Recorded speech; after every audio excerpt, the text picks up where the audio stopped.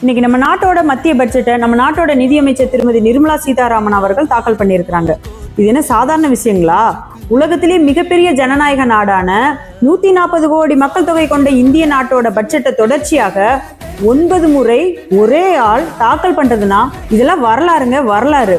இதுல இன்னொரு பெருமை என்ன இருக்குன்னா, அந்த வாய்ப்பு கிடைச்சிருக்குது தமிழ்நாட்டுல பிறந்து வளர்ந்த ஒரு பொண்ணுக்கு.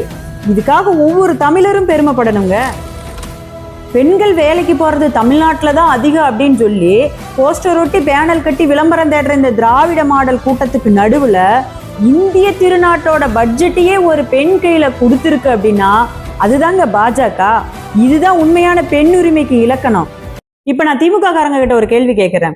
பெண்ணுரிமைன்னு சொல்லி வாய்க்கிலேயே பேசுறீங்களே, இதுவரைக்கும் ஒரு பெண் நிதியமைச்சர் உங்க கட்சியில இருந்து வந்திருக்கிறாங்களா? இல்ல திமுக தலைமை பதவி ஒரு பெண்ணுக்கு கொடுத்துருக்கிறீங்களா? அப்படியே ஒரு பெண்ணை தலைமை பதவி ஆக்கணும்னா அது மகளிரணி தலைவியா தான் இருக்கணும். அதுக்கும் அவங்க உங்க குடும்பத்துல பிறந்தவங்களா இருந்திருக்கணும். தமிழ்நாட்டை ஆட்சி செஞ்ச ஒரே பெண் தலைவி அப்படின்னு பார்த்தோம்னா அம்மா ஜெயலலிதா அவங்க தான். அவங்க நிதியமைச்சராகவும் இருந்திருக்காங்க. அது எப்படின்னு பாக்குறீங்களா? அவங்க திமுகவில் இல்ல அதிமுகவில் இருந்ததுனால அது சாத்தியமா இருக்குது. அவங்கள சட்டசபையில நீங்க என்னெல்லாம் அவமானப்படுத்திருக்கங்கிறது நாடறிஞ்ச உண்மை. நீங்க எல்லாம் பெண்ணியத்தை பத்தி பேசுறீங்க. அப்புறம் பாஜகவுல ஒரு பெண்ணை மாநில தலைவராக்கி அந்த கட்சிக்கு அழகு பார்த்துச்சு. அந்த தமிழிசை சவுந்தரராஜன் அவங்கள நீங்க எந்த அளவுக்கெல்லாம் உடல் தோற்றத்தை வச்சு கேவலப்படுத்தி பேசினீங்க? நீங்க எல்லாம் பெண்ணியத்தை பேசுறதுக்கு என்னையா உங்களுக்கு எல்லாம் தகுதி இருக்கு? இப்ப நிர்மலா சீதாராமன் அம்மையார் அவங்க வந்தது என்னெல்லாம் அவதூறு பரப்பி பேசியிருப்பீங்க? இதுல இருந்து என்ன தெரியுது?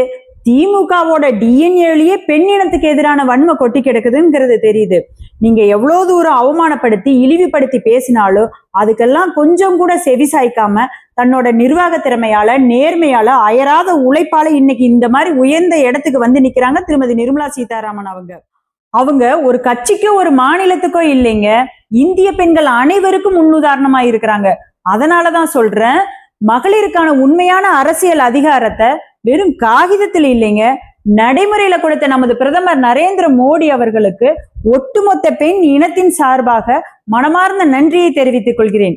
இதான் பாஜக, இதான் பெண் உரிமை.